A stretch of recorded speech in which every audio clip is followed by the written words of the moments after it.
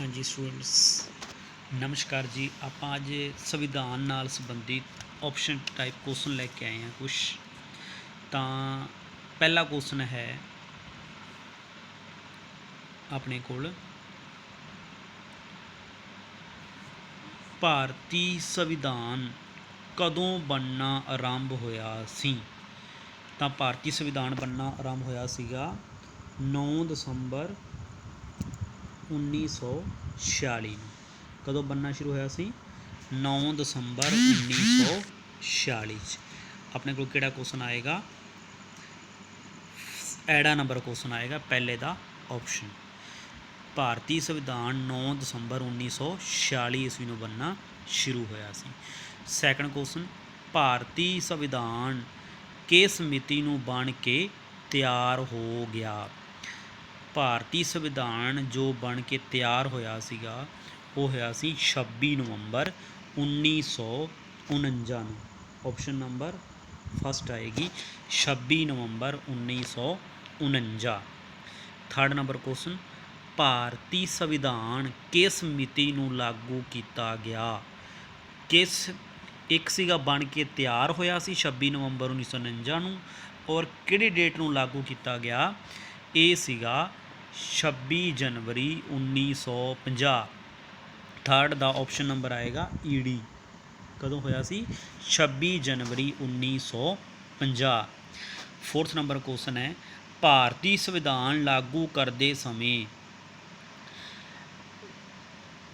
इस दे किन्ने अनुच्छेद अते किन्ने अनुसूचियां शामिल सन? जदों भारतीय जिहड़ा संविधान सीगा उस नूं तैयार किया गया सी, उस विच अनुच्छेद किन्ने सी और अनुसूचियां किन्नियां सी? वो आएगा सस्सा नंबर क्वेश्चन। 395 अनुच्छेद सीगे और 8 की सीगियां इंदियां अनुसूचियां सीगियां। 8 इंदियां की सीगियां? अनुसूचियां सीगियां।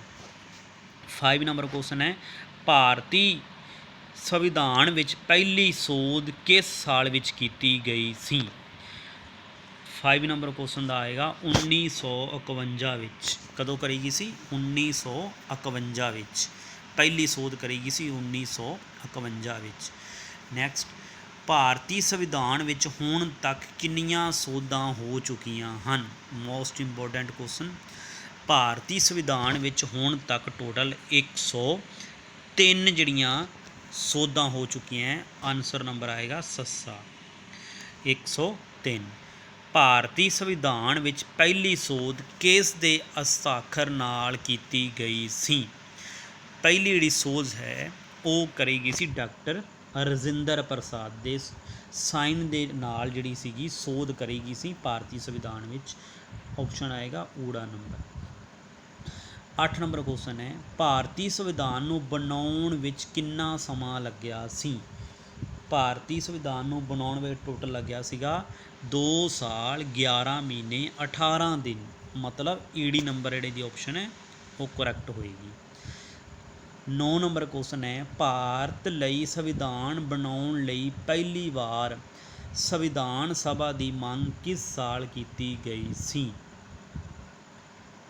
जिहड़ी अपने कोल करी गई सी पहली बार संविधान सभा विच मंग की गई सी वो अपने कोल करी गई सी 1935 विच, जो अपने कोल चार्टर एक्ट आया सीगा उस दे अकॉर्डिंग।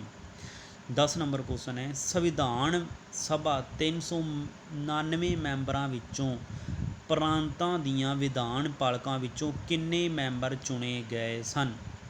10 नंबर क्वेश्चन का आएगा ऊड़ा नंबर 292 मैंबर। 399 किन्ने सीगे? 292 मैंबर।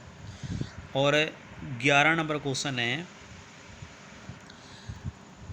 3 जून 1947 विच किस प्लान के तहत भारत की वंड की घोषणा की गई सी?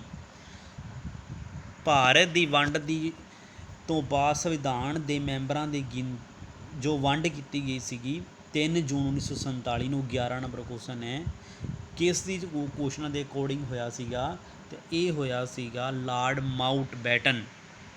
लॉर्ड माउंटबेटन सस्सा नंबर क्वेश्चन आएगा। नैक्सट, 12 ਨੰਬਰ ਭਾਰਤ ਦੀ ਵੰਡ ਤੋਂ ਬਾਅਦ ਸੰਵਿਧਾਨ ਸਭਾ ਦੇ ਮੈਂਬਰਾਂ ਦੀ ਗਿਣਤੀ ਕਿੰਨੀ ਰਹਿ ਗਈ ਸੀ? ਤਾਂ ਇਹਦਾ ਆਨਸਰ ਆਏਗਾ 299। ਕਿੰਨੀ ਰਹਿ ਗਈ ਸੀ? 299। ਔਰ 13 ਨੰਬਰ ਕੁਐਸਚਨ ਹੈ, ਕਿਹੜੀ ਸੰਵਿਧਾਨਿਕ ਸੋਧ ਨੂੰ ਮਿੰਨੀ ਸੰਵਿਧਾਨ ਕਿਹਾ ਜਾਂਦਾ ਹੈ? ਮਿੰਨੀ ਸੰਵਿਧਾਨ ਕਿਹਾ ਜਾਂਦਾ ਹੈ 42ਵੀਂ ਸੋਧ ਨੂੰ। ਊੜਾ ਨੰਬਰ ਆਪਸ਼ਨ ਆਏਗਾ 13 ਨੰਬਰ ਕੁਐਸਚਨ ਦਾ। 42ਵੀਂ ਸੋਧ ਨੂੰ ਕੀ ਕਿਹਾ ਜਾਂਦਾ? ਮਿੰਨੀ ਕੌਂਸਟੀਟਿਊਸ਼ਨ ਦੇ ਨਾਮ ਨਾਲ ਜਾਣਿਆ ਜਾਂਦਾ ਹੈ। 14 ਨੰਬਰ ਕੁਐਸਚਨ ਹੈ, ਭਾਰਤੀ ਸੰਵਿਧਾਨ ਦੀ ਪ੍ਰਸਤਾਵਨਾ ਵਿੱਚ ਸਮਾਜਵਾਦ, ਧਰਮ ਨਿਰਪੱਖਤਾ ਤੇ ਅਖੰਡਤਾ ਕਿਹੜੀ ਸੋਧ ਰਾਹੀਂ ਜੋੜੇ ਗਏ ਸਨ? 14 ਨੰਬਰ ਕੁਐਸਚਨ ਦਾ ਆਏਗਾ ਈਡੀ ਨੰਬਰ। 42ਵੀਂ ਸੋਧ ਮੀਨਸ ਜਦੋਂ ਮਿੰਨੀ ਕੌਂਸਟੀਟਿਊਸ਼ਨ ਬਣਿਆ ਸੀਗਾ ਉਸ ਟਾਈਮ 'ਤੇ ਜਿਹੜੇ ਪ੍ਰਸਤਾਵਨਾ ਵਿੱਚ ਸਮਾਜਵਾਦ, ਧਰਮ ਨਿਰਪੱਖਤਾ ਅਤੇ ਅਖੰਡਤਾ ਜਿਹੜੇ ਸ਼ਬਦ ਸੀ ਜੋੜੇ ਗਏ ਸੀ। 15 ਨੰਬਰ ਕੁਐਸਚਨ ਹੈ, ਭਾਰਤੀ ਸੰਵਿਧਾਨ ਵਿੱਚ ਸੰਸਦੀ ਸ਼ਾਸਨ ਪ੍ਰਣਾਲੀ ਕਿਹੜੇ ਦੇਸ਼ ਤੋਂ ਪ੍ਰੇਰਿਤ ਹੈ? ਤਾਂ ਐੜਾ ਨੰਬਰ ਆਏਗਾ ਬ੍ਰਿਟਿਸ਼। ਕਿੱਥੋਂ ਲਈ ਗਈ ਹੈ? ਪ੍ਰੇਰਿਤ ਹੈ ਬ੍ਰਿਟਿਸ਼ ਤੋਂ। 16 ਨੰਬਰ ਕੁਐਸਚਨ, ਭਾਰਤੀ ਸੰਵਿਧਾਨ ਵਿੱਚ ਮੌਲਿਕ ਅਧਿਕਾਰ ਕਿਹੜੇ ਦੇਸ਼ ਦੇ ਸੰਵਿਧਾਨ ਤੋਂ ਪ੍ਰੇਰਿਤ ਹਨ? ਤੇ ਇਹ ਆਏਗਾ ਸੰਯੁਕਤ ਰਾਜ ਅਮਰੀਕਾ। ਫਸਟ ਨੰਬਰ ਕੁਐਸਚਨ ਆਏਗਾ ਸੰਯੁਕਤ ਰਾਜ ਅਮਰੀਕਾ।